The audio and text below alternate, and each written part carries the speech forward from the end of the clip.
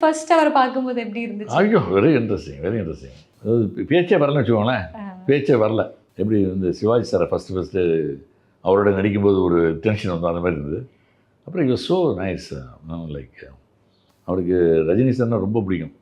மெயினாக is very fast அப்படின்வார், very fast அப்படின்வார். அவர் ஒரு ஹீமேன் சொல்லலாம், ஒரு லயன் மாதிரி, மீசை இல்லாத ஒரு ஆண்மகன். அவர்னா தர்மேந்திரா தான் ஹிந்தியில். ஹிந்தியில் எல்லாம் கொஞ்சம் ஃபெமினிஸ்ட் லுக் இருக்கும் மீசை எடுத்தால். இவருக்கு மீசை எடுத்தாலும் அழகான். ஆமாம், ஒரிஜினல் பஞ்சாபி ஜாட்டு. ஸோ ரொம்ப டஃப். ஒரு விரல் பார்த்தீங்கன்னா 2 விரலுக்கு ஈக்குவலாக இருக்கும். அடி வாங்கணும் படத்தில் அந்தளவுக்கு இருக்கும். நான் அவரோட மிகப்பெரிய ஒரு ஃபேன், தர்மேந்திராவோட மிகப்பெரிய ஃபேனு. காலேஜ் படிக்கும்போதுலேருந்து யாதோ கி பாராத் நிக்லி ஹே யா தில் கே துவாரே இதெல்லாம் பார்த்தோம். அதுக்கப்புறம் வந்து ஷோலே, அதெல்லாம் வந்து ஒரு தடவை 2 தடவை இல்லை, ஒரு 15 தடவை 20 தடவை பார்த்து டைலாக் புரியுதோ இல்லையோ அவருக்காக உட்காந்து அப்படியே உட்காந்து பார்ப்போம். அவ்வளோ பெரிய great fan of him. So அவர் கூட நான் நடிப்பேன்றது நான் கனவுலையும் நினைக்கல.